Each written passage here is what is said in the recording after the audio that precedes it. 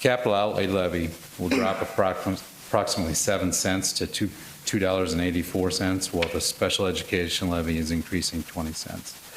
The impact of the FY18 budget on the homeowner's property tax rate is a drop in the projected levy from $8.44 to $8.14 for $1,000 of assessed valuation. The average school property tax increase over the last 17 years for a typical house in the Sioux Falls School District is approximately 0.8% per year.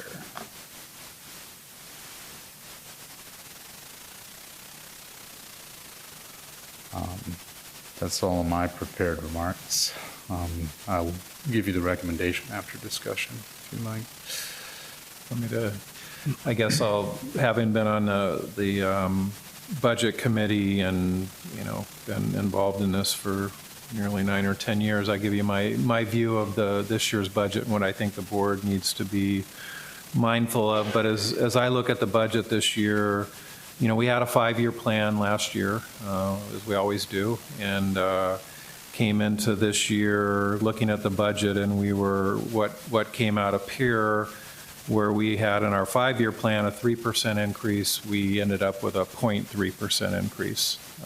So that left us a $3.5 million hole in our budget, essentially right off the bat.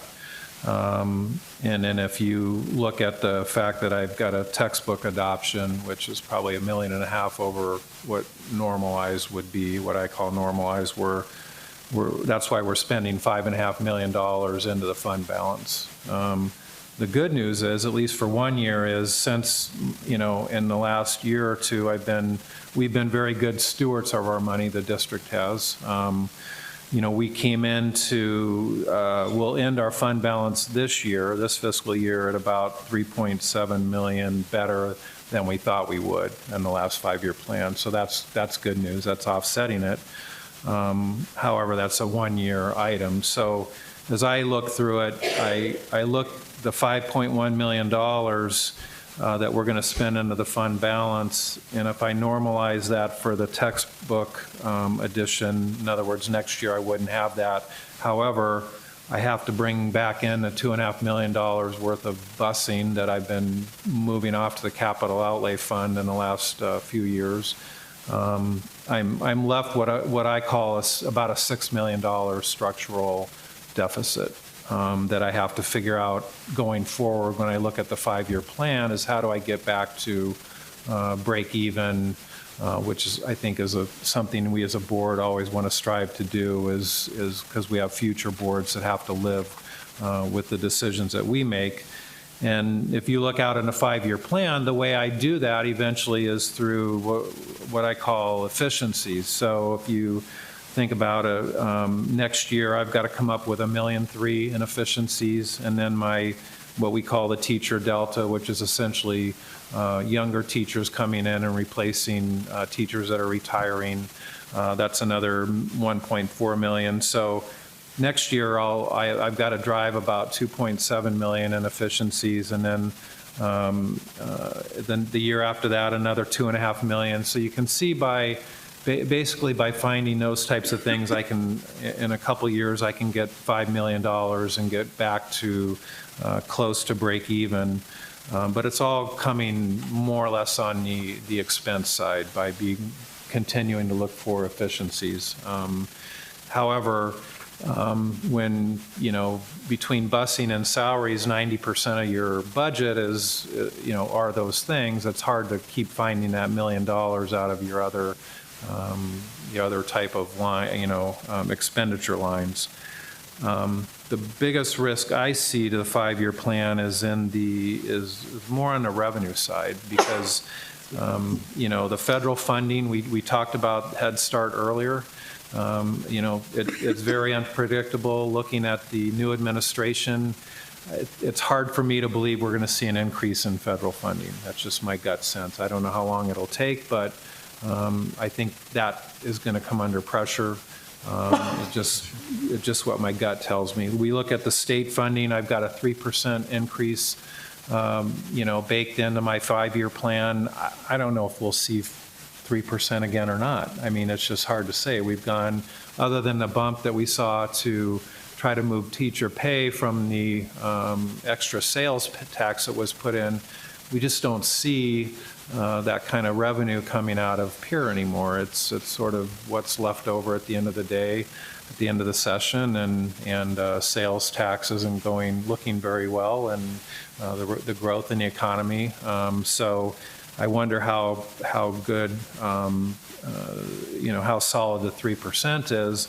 And if I have another year like I did this last year, and I have another $3.5 million hole, it starts to really put my pressure on the 5-year plan, which is already aggressive. And then we've saw the benefit the last couple of years of an increase in state franchise tax, but that's another one that can jump all over the place. So I see revenue as very, it's going to be tough going, I think, in the next 5 years to keep it at the level that we want to. And I look and I say, well, are we good stewards of our money? And so I do go out and look at how we rank compared to the other districts in the state, and I know that we are good stewards of our money. Out of 150 school districts, we rank 118, which means we're in the lower third on spending, which is a good place to be. And then you look at our demographics and things, and I think when you equalize all that, I think we're very good stewards of our money. If you look at class sizes, staff to student ratios, that type of stuff, we're on the better end of that, as being good stewards of our money and looking for efficiencies. I look at things in the district that,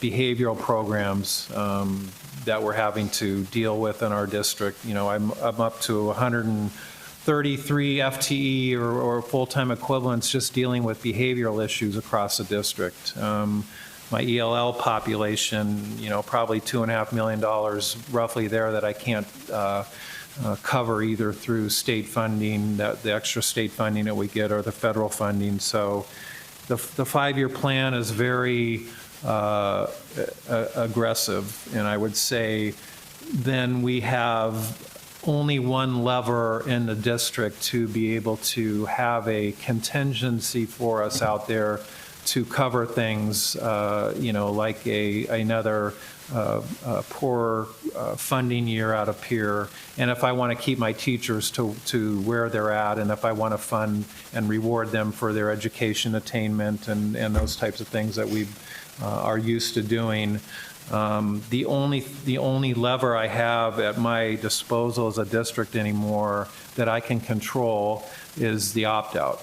And so I look at when Business Manager Veek said that our levy is going from, this is forecasted in the next budget year to go from $8.44 to $8.14, and knowing where our budget is ending up, I have to say, does that make sense to do that? That 30 cents, it's about $1 million.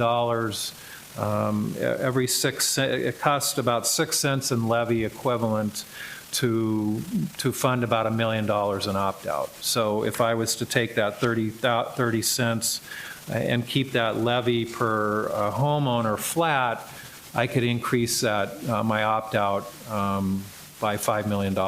Or another way of saying it, I could at least increase the ceiling on my opt-out. Whether I use it, hopefully we won't need to use it. Hopefully revenue will come in, I'll hit all my efficiency targets, and I won't need to use any more than a $7.5 million opt-out.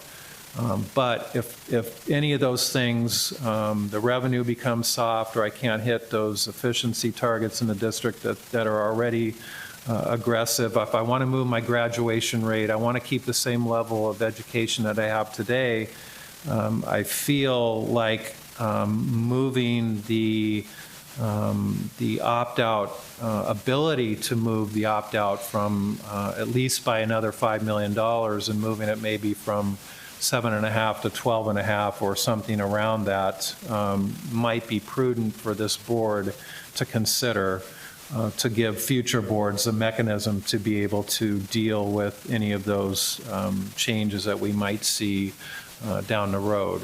And so I know we talked about, so that's kind of, as I look at it from a board perspective and having, probably a decade of these budgets behind me, it's one that I haven't seen the 5-year plan, go this low into the fund balance, nor are we going into we saw how devastating it was when we took a backwards move out of Pier, right?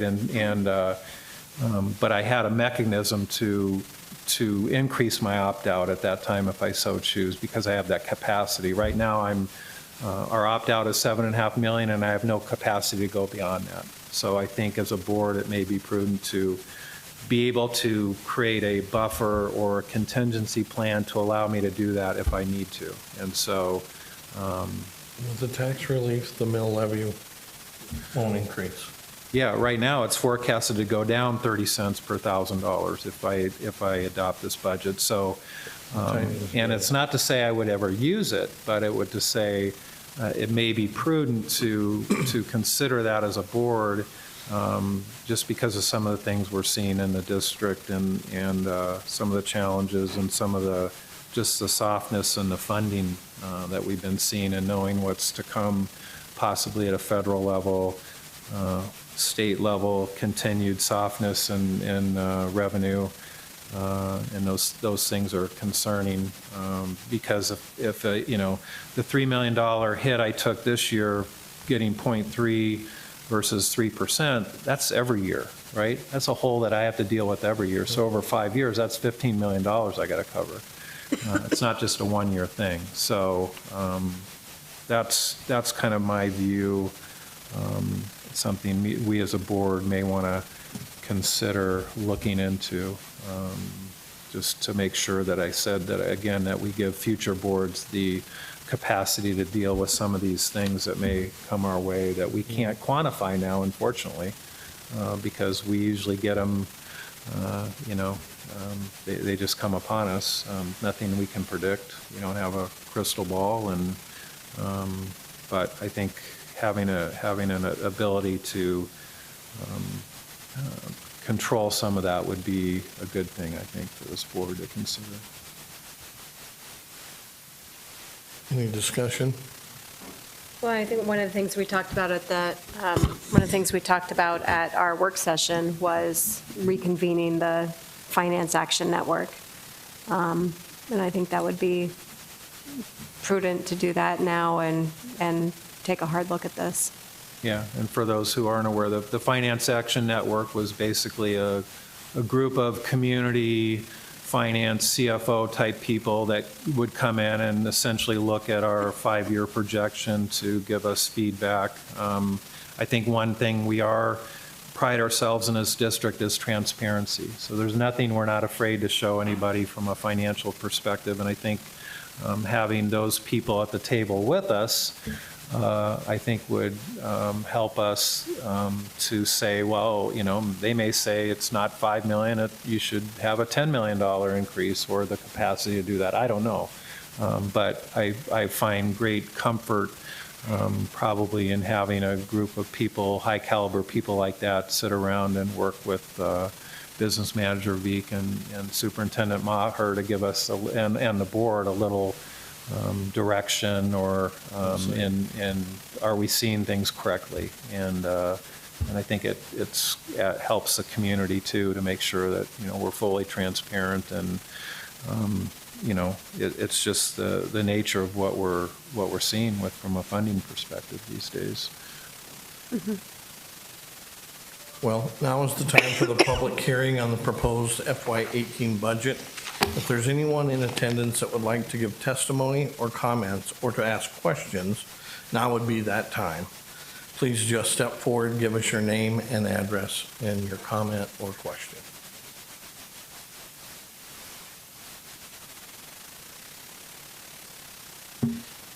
Seeing no one, the public hearing has concluded. May I have a motion to acknowledge the public hearing and tentatively approve the FY18 school district budget to allow Human Resources to offer employee contracts with the understanding that the budget will be brought forward for adoption and certification of levies at the annual meeting held July 10th, 2017. So moved. Second. Any further discussion? Hearing none, all those in favor, please signify by saying aye. Aye. Opposed, same sign. Motion carries. We had